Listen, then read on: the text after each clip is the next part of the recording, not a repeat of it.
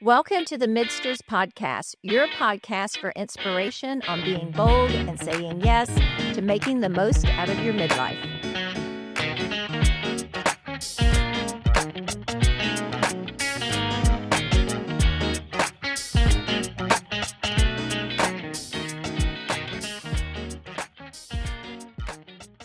Well, Marianne, one thing that's inevitable in midlife Mm-hmm. is that we all have to confront the fact that we are getting older. We are. And then that causes us to make decisions about how we want to age, right? I agree. And I think there's no right or wrong answer to that, but certainly a lot of different approaches. Right. I think men and women both look at it a little differently as well. Mm-hmm. I think men think of legacy, right, as they age. They're certainly not as concerned with the physical aspects of age, Oh, yeah. except for hair loss, which I think is an issue for men. Yeah. But for women, there's just a whole host of issues. Well, talking about men and them not looking at themselves the same way as women, they're considered the silver foxes. The women are looked at as letting themselves go. It's unfortunate, but I do think that element's there, don't you? Well, I think it's because women, we are subjected to I don't love this phrase, but it does capture something. We are subject to the male gaze for so much of our formative life. Mm-hmm. It matters whether you're attractive or not attractive in terms of how you move forward in the world. That's just an unfortunate reality. So when you start to sort of change and aren't as youthful and as pretty as you were when you were a girl, it can cause a little bit of panic. Right. But if you can get past that and just lean into your authentic self, I think there's a lot of rich rewards that can come with that. Yeah. I think at my age and over the last few decades, actually, it's not about male gaze. That ended in my 20s, when I met Robert and married him. So that's definitely not it. I think it's more as we age, the fear of limited time. Um, and I think looking in the mirror and seeing wrinkles or gray hair is a reminder that time is infinite. I think those two go together, because I think for a lot of women, certainly not my own personal experience, but from women that I know, Uh-huh. that sense of the inevitability of decline, it's more pronounced because they want to retain the appearance of youth when they were most, in a sense, powerful, right? Because that sexual power is real. Mhm. So I think those two kind of go together for a lot of women. Yeah. Maybe not for you, Yeah. but I think for a lot of women it Maybe does. so. But then that becomes like a little bit of a conundrum, because if you're really worried about that, you're looking backwards. Mhm. And it's a lot more productive to look forward. Right. I mean, you really cannot stave off aging. No, I mean, it's a privilege. It is. It is. Right. And I think embracing it, there's a lot of freedom in that, Right. in letting go of worrying about what you can't change. Right. I think, you see all this, all the commercial social media, anti-aging. I just immediately, and it took time to do this over, a decade or two ago, flipped it to pro-vitality. And you know me, I live, with vitality. And I think if we can let go of the obsession with youth and really think of the wisdom that we've come into and what age has given us, wow, it is so much more fulfilling than somebody thinking you might be attractive. So what might that look like in the way that a woman conducts her life in midlife?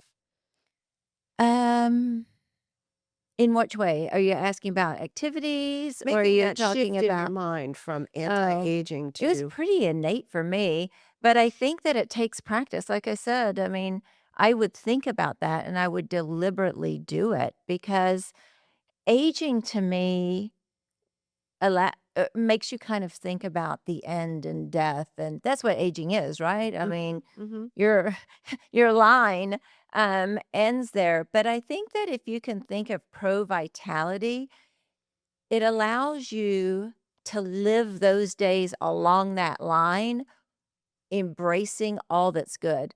Physical, whether it's the physically the physical part of your body, the mental, and I don't wanna say thinking like, youth, but I will say our body does tend to show the signs of age way more than our mindset and our hearts and our soul, and I think that if we can have curiosity, continue that, I think that's a lot about living a life or aging in a very positive way because you're always learning new things. But I think a lot of it is mindset. There's a physical change, though, in midlife Oh, that I yeah. think it's important to kind of maybe sort of pause and think about because, like, I know since becoming middle-aged, really beginning in my 40s, my vision started to decline. I now Mhm. wear glasses, which I never had to wear before, and to me, that's a limitation Yep. because it changes the way I look. I Mhm. now look differently to people because I have glasses. Yep.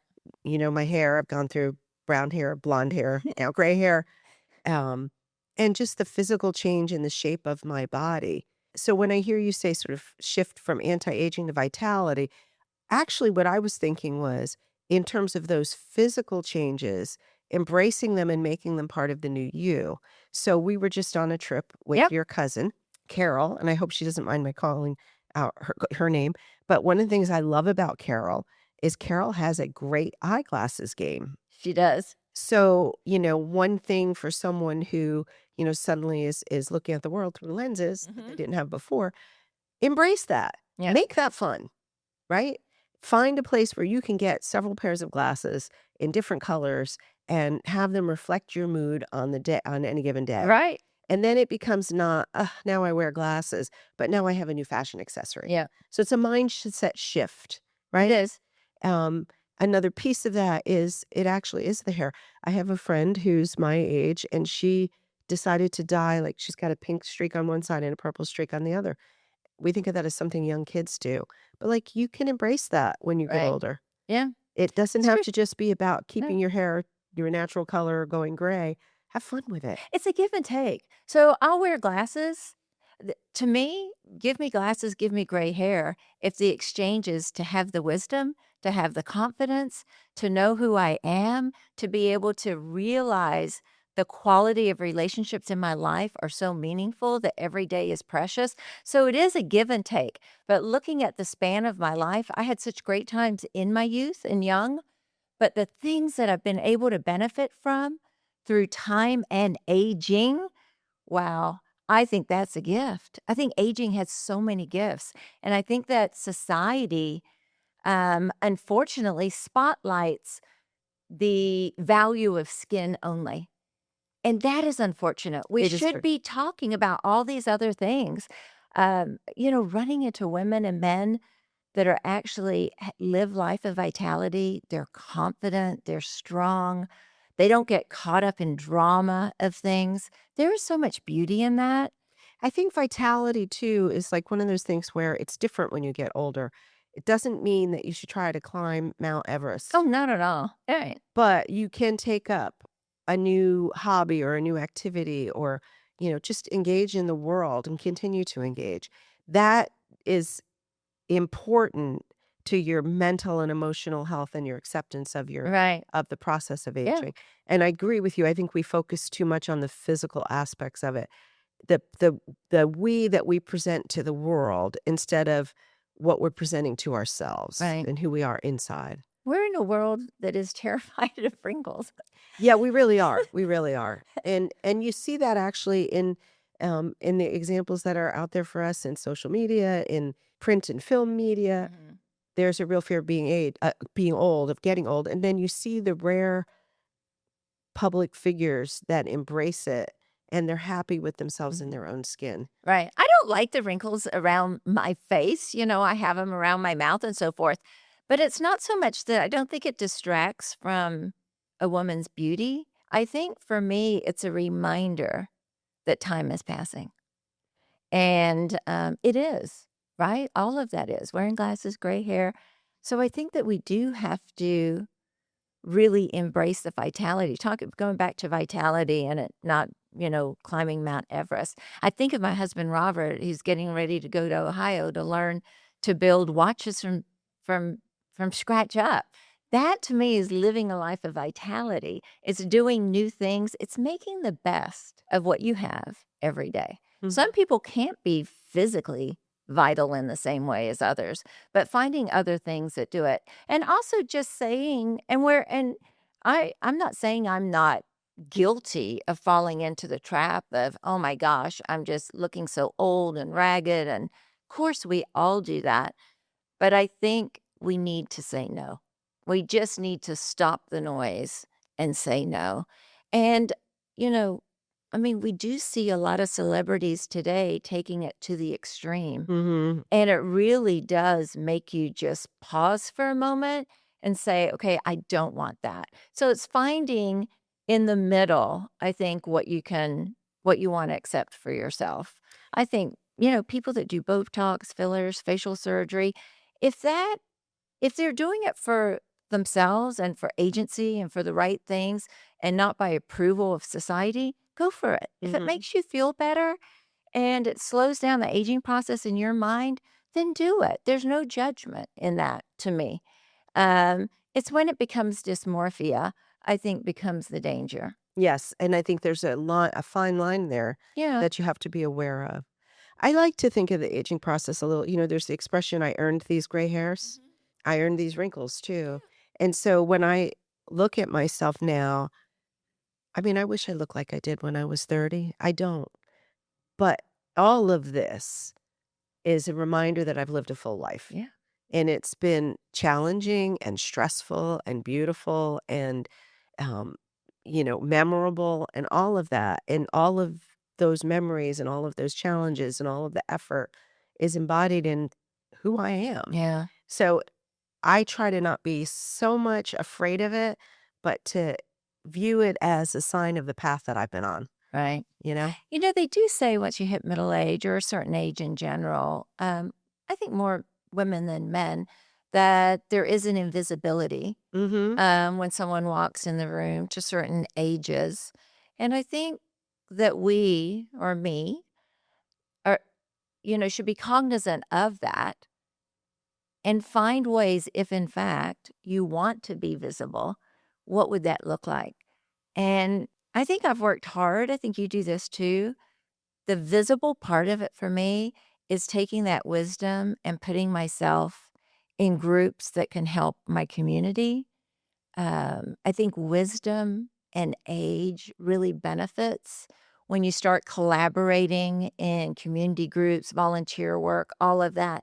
That is being visible in a great way. No, I don't have a crop top and Daisy Dukes. I'm not present that way or visible that way, but I bring something to the table. And I think for people or for women that feel invisible, quit thinking about looking invisible. Find those strengths within yourself where you can be present and valued and visible because age brings so much to the table that youth just doesn't. Mhm. Mhm. There is definitely wisdom in aging. I think the other piece of that for me is thinking about why do I need to be visible? What can I gain from stepping back and being more observant Mhm. in my life at this point? I've maybe I don't need to be seen. I'm no longer trying to advance up some social ladder or ladder at work or worrying about promoting my children's interests in our community. Right. So maybe I can step back a little and instead of being afraid of that Mhm. invisibility, take that on as a strength. Yeah. I can now become more observant Mhm. and use that to think about what I can take in this part of my life and take forward with me. Yeah. Well, visible, I guess it depends how somebody wants to be visible. I would say I rather be heard because I think I have something to say. So instead of being visible, I and the groups that I'm in, it is important for me because I do think I have some value, and I'm glad that I feel that way. That I have the self confidence that life has given me that. But being heard to me because I think it holds value is probably one of my biggest strengths, I think, and all of us at age. I was in a recent group, within our county, and there were a lot of stakeholders in it, and a lot of different ages. in it. And people brought the new ideas came from the younger on the tech side and kind of that type of connection. But what formulated the strategic planning moving forward was the wisdom among those others, probably 50 and older. Mhm. And there was so much beauty in that and so much power in that. And social media and society does not highlight that enough. Mm-mm. It's all about physical beauty. How do we get past that? I don't know. I think it's innate with women, especially younger, because of what you were saying with the male gaze, and it just lingers, or there's way more value But in that than there ever should be. I think a piece of that and a piece of pushing back against that is to recognize that in a patriarchal society, which we are, right? Mhm. Men sort of We set the are. tone, and that's why the male gaze is sort of important to people. Mhm. But, like, there's a female gaze too, and we can stop and make time and space for other women to be heard and to kind of clear away Yeah. the room so that our sisters Right. can actually have some attention so that what they're saying is being heard. And I think about that. There was an incident at work a number of years ago where a colleague of mine, and she was African American, and we were in a number of meetings together. And after one of the meetings, she said to me, it really annoyed her because when it was her turn to speak, Mhm. the men at the table would pull up their Blackberries and start checking their email. And I thought that was kind of crazy. Like, what on earth? And rude. And rude. And, it had to do with her race, it had to do with her gender, it had to do with her age. She was just not being heard. So it then becomes incumbent on the other women in the room who see that happening to kind of say, "Hey, wait, she's saying something." Maybe That's not good. maybe not quite so, Mhm. directly, but Mhm. you can draw attention Yeah. to the other women so that what they have to say is being heard. Yeah. Most of my friends are all female, and I think I love that at this stage of life. It's always been that way. But I think my women friends at the age I am right now, they're the ones that see the value in the things that are in us now.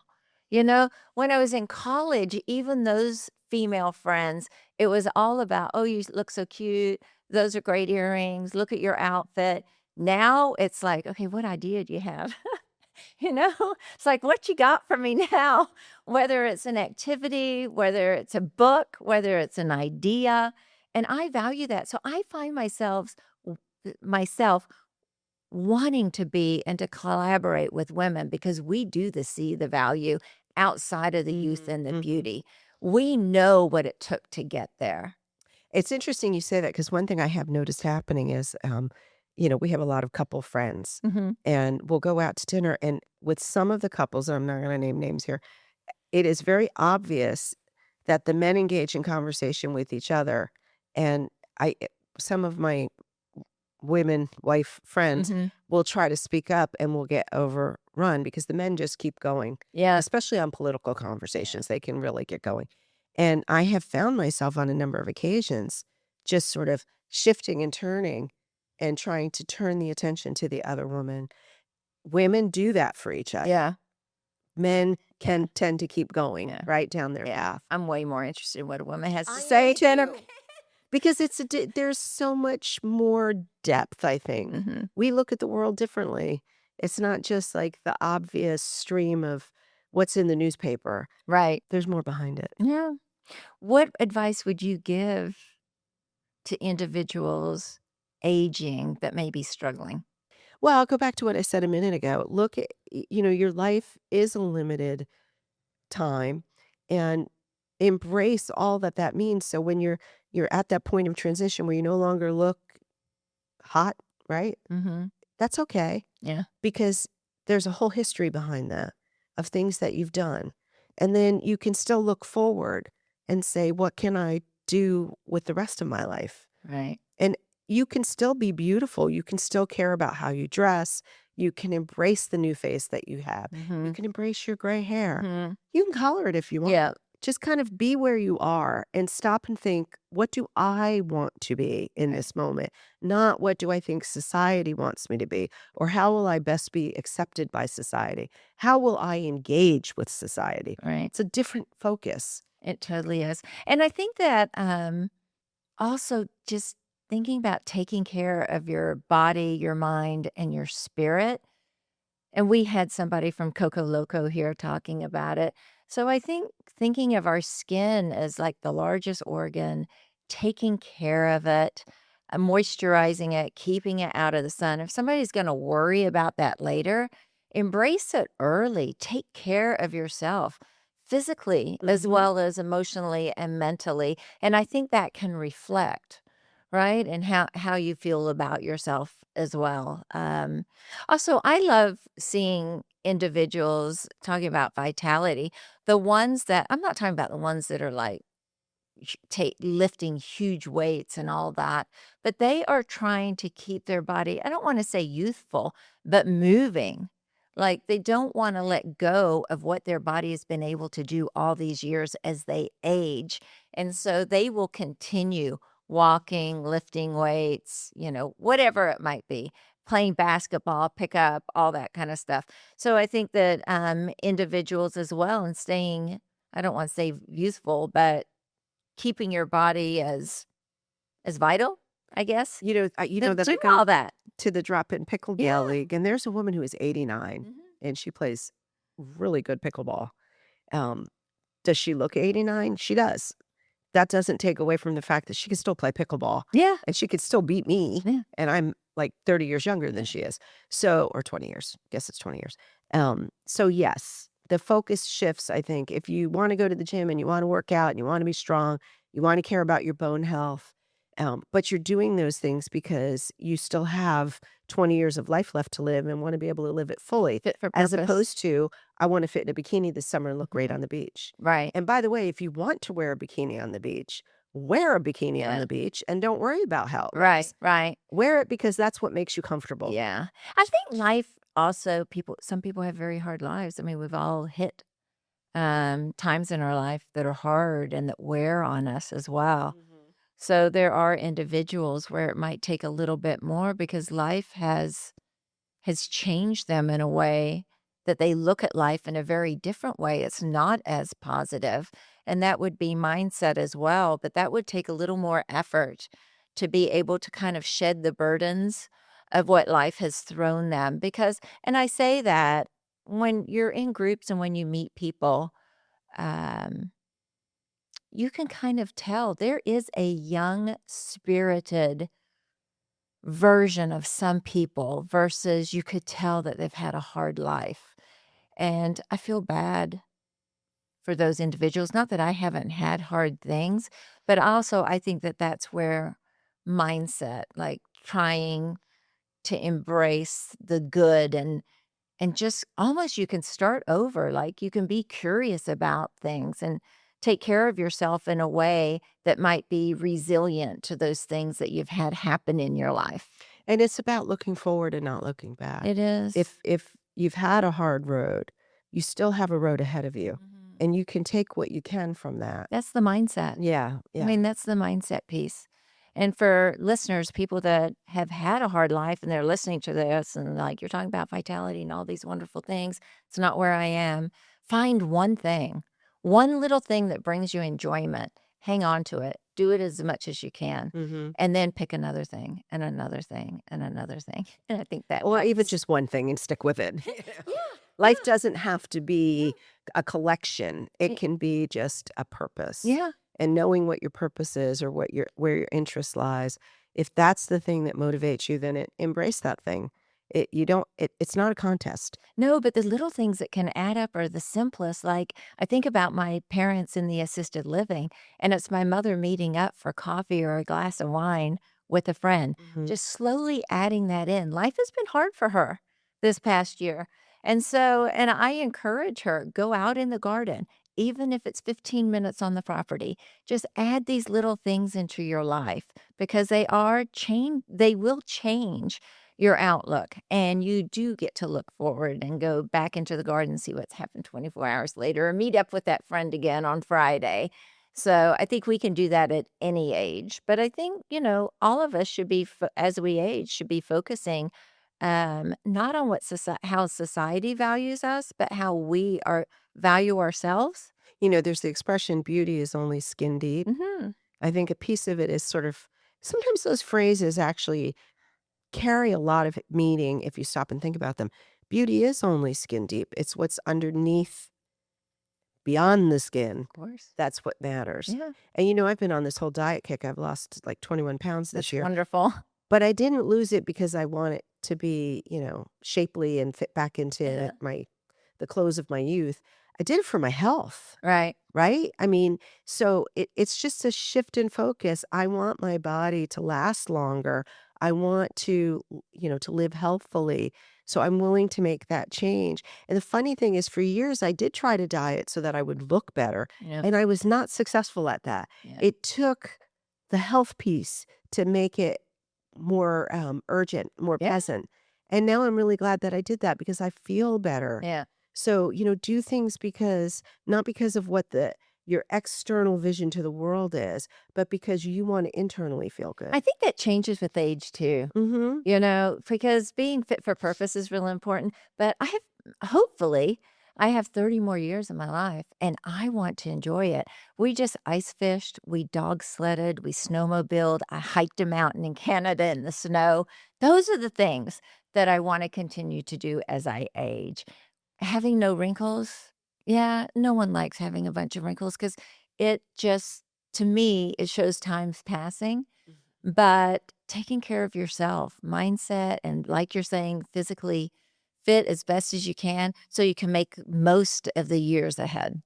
Don't you sometimes look at an older woman now and think she's beautiful, Yes. notwithstanding the signs of aging?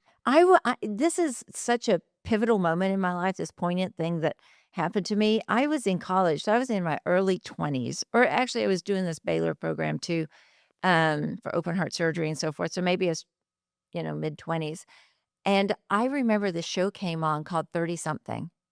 And I I used remember to that show. watch these women and think that their face had so much character. They were in their 30s, but they got the little crow's feet. I wanted them. I was like, "I want that." Like, that shows character versus, this plastic look at a young age without it. Yeah, there's beauty in it. I sat there thinking, "Oh, I can't wait until I'm 30 something." So strange. But, yes, I do think I like character, but I like all the quirks in people's faces. One of the people that I just thought is a male was one of the most handsome people, I think my husband's handsome too, was Brian Peterson, a photographer who recently passed, and he had a face full of character, wrinkles, aging, and there was so much beauty in that. Yeah, I'm drawn to that. So There's it's a interesting you say that. I'm drawn to it. there's a woman you and I both know, Betty Joy, Mhm. who is older. I don't know Yeah, how old Betty is. 80s. No, she's 90. Okay. I think she's one of the most beautiful Yeah. women, and I tell her that all the time. Whenever I see her, and I need to do this. I'm like, "Betty, I need to photograph you." Her face is She's gorgeous. bright. She's bright, and she is confident, and she's comfortable in her skin, and that confidence and that comfort with self Yeah. is gonna look so much better at any age than a tightly drawn, Botoxed, face that shows no visible signs of aging but doesn't look real. Yeah. It's the reality of life that looks beautiful. Beauty is a spirit. Mhm. It's just what it is. So let's ask Elizabeth what she thinks, because she's younger than we are. She is. Maybe she has some thoughts about what she thinks of aging. I think I'm at a stage in my life where I'm still trying to wrap my head around it. My dad said something years ago to me that always stuck to me. And he said, "You know what? Like aging is just weird because you don't feel any older inside, but then you go and you look in the mirror and you notice the changes." That's true. That's Yeah. where you look in the mirror and you see that time passed, Yeah, and you're like, exactly. "What?" Yeah. It's interesting you say that because I've always, even when I was young, thought of myself as 40. Mhm. "What?" I've always felt when I was younger, I had a slightly older soul than most of the Uh-huh. people around me. And I kind of thought like somewhere mentally I'm 40 and they're all 20. But now that I'm 60 in my 60s, not 60, but in my 60s, I still feel 40. I mean, that's just kind of like my mental age. It's weird. But go ahead. You had a Yeah. question. Yeah, when did you when did you actually start feeling more powerful with your age versus less? Like, was there a defining moment for you? Was there a certain age that you hit where you're just like, I can answer that. For me, it was when Lindsay, my younger child, graduated from high school. And that's the year I let my hair go gray. And part of it was, and you could take of this what you will, but I realized I no longer had to be in competition, if you will, or in connection with a lot of women who were a lot younger than me. I was a little bit older when I had my kids, so I was always a little bit older than the other moms, and some of them were actively trying to avoid looking like they were getting older, which I wasn't.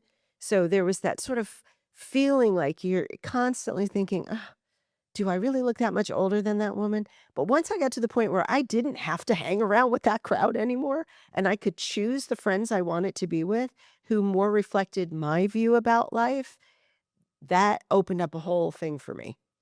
It just made me so much more comfortable.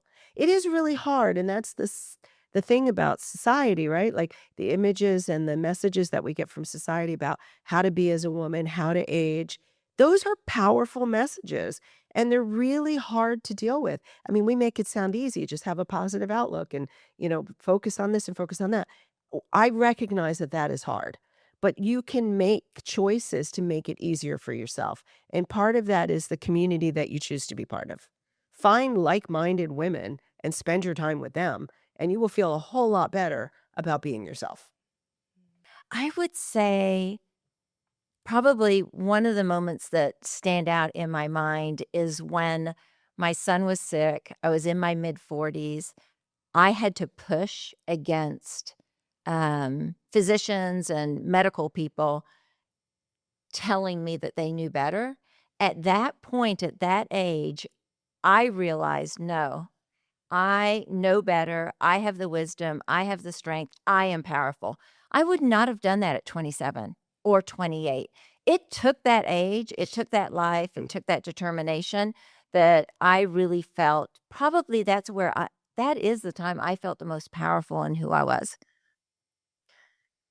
what's one thing you do today for vitality that has absolutely nothing to do with the way that you look? Well, me, it's curiosity. It's going out and doing things. I just went ice fishing and dog sledding. You wouldn't think somebody almost 60 would be doing that, especially the dog sledding or climbing mountains. So, yeah, I think it's engaging in activity. I mean, that's how I do it. And it has nothing to do with the way I look. It's the way, it's your spirit. I think for me, it's actually more of a mental thing. Like, I engage with a lot of activities that are designed to keep my mind vital as opposed to my physical self because I'm a little bit more concerned. I want to be healthy physically. I want to be able to do things. I accept that there will come a point where I won't be able to do some things that I can even do today, but I want my mind to stay active. So, I've been taking Italian lessons for the past couple of years. Part of that is I want to learn Italian, but why really? I'm never going to live in Italy. But it's actively keeping my brain vital to be learning a language. So there's that piece of it too. It's not always about physical self, it's about the mental self and keeping myself fit for purpose in the head. So I hope that our listeners got something out of this conversation. Um, I think the bottom line is embrace where you are. Aging with confidence means accepting yourself and accepting that this is a process that we all go through. There's no right or wrong, but how you choose to look at the process can really radically change how meaningful and how good it is for you.